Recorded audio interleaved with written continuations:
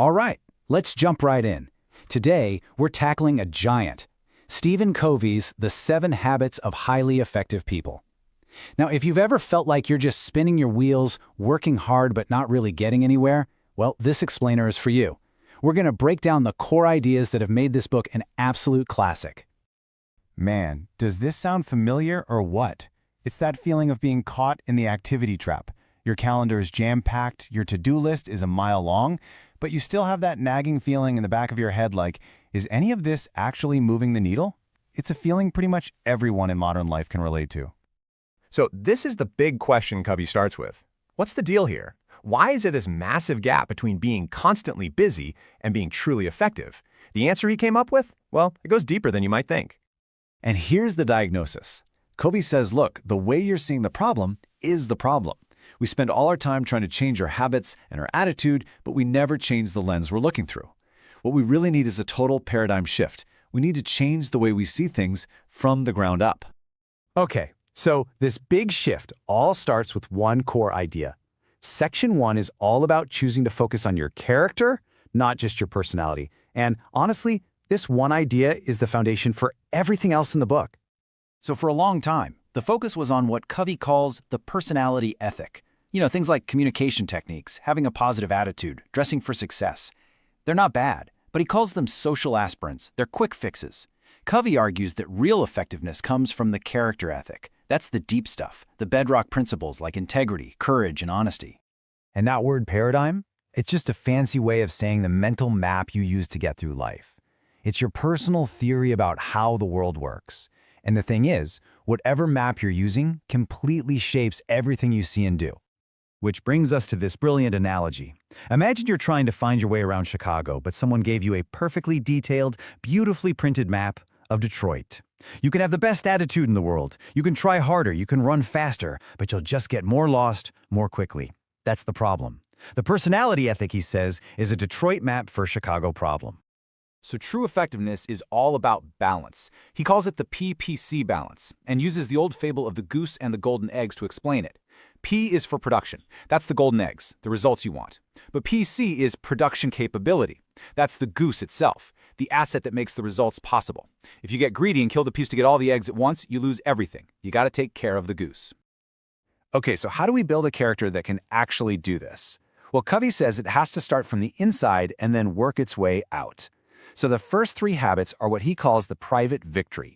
This is the foundational work you have to do on yourself before you can even think about working effectively with other people. These first 3 habits are designed to take you on a journey. They move you from a state of dependence, where you're relying on everyone else for your direction and self-worth, to a state of independence, where you truly own your life. Now, being proactive is so much more than just taking initiative. It's about fundamentally recognizing that you are responsible for your own life. Something happens to you, that's the stimulus. What happens next? That's your response. And in that tiny space between those two things lies your freedom to choose. You're not a product of your circumstances, you're a product of your choices. This leads us right into habit 2.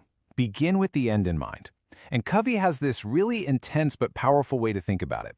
He asks you to imagine your own funeral. Seriously, what would you want your family, your friends, your colleagues to say about you? That exercise really forces you to figure out what your deepest values are and what success actually looks like for you. And habit 3 is where the rubber meets the road. This is the practical, day-to-day application of the first 2. It's about managing yourself. It means organizing your life around your real priorities, the things you identified in habit 2, and having the discipline to say no to everything else.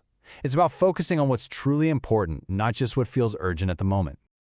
So once you've put in the work and achieved that private victory, that independence, you've built the foundation you need to move on to the public victory. And this is all about building highly effective relationships with other people. The next 3 habits are all about teamwork, cooperation, and real communication. This is where you learn that being effective isn't just a solo mission. It's about moving from I to we to create things that are way better than what you could do on your own. Habit 4, think win-win, is a total mindset shift. It's about seeing every interaction as an opportunity for mutual benefit. To get there, though, you have to adopt what Covey calls an abundance mentality. You have to believe that there's plenty of success to go around, that it's not a zero-sum game where, for me to win, you have to lose. Next up is habit 5, and this one is a game changer for communication. See, most of us don't really listen. We listen with the intent to reply. We're just waiting for our turn to talk.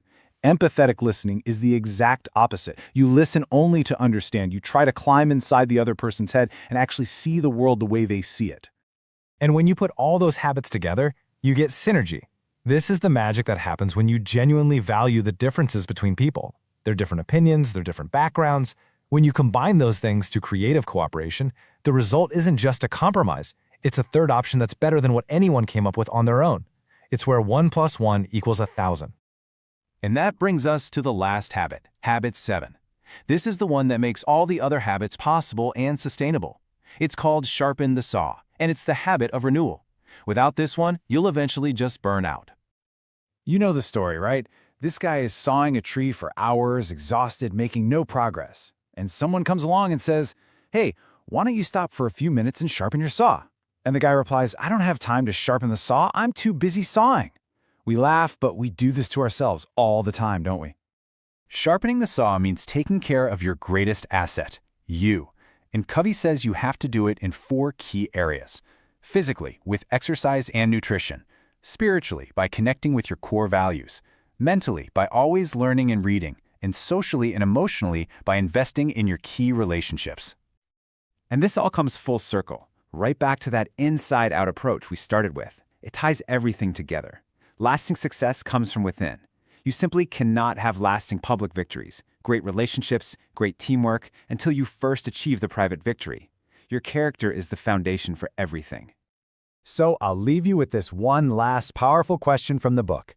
Thinking about everything we just talked about, what is the one thing you could start doing or stop doing starting right now that would have the biggest positive impact on your life? Whatever your answer is, that's your first step.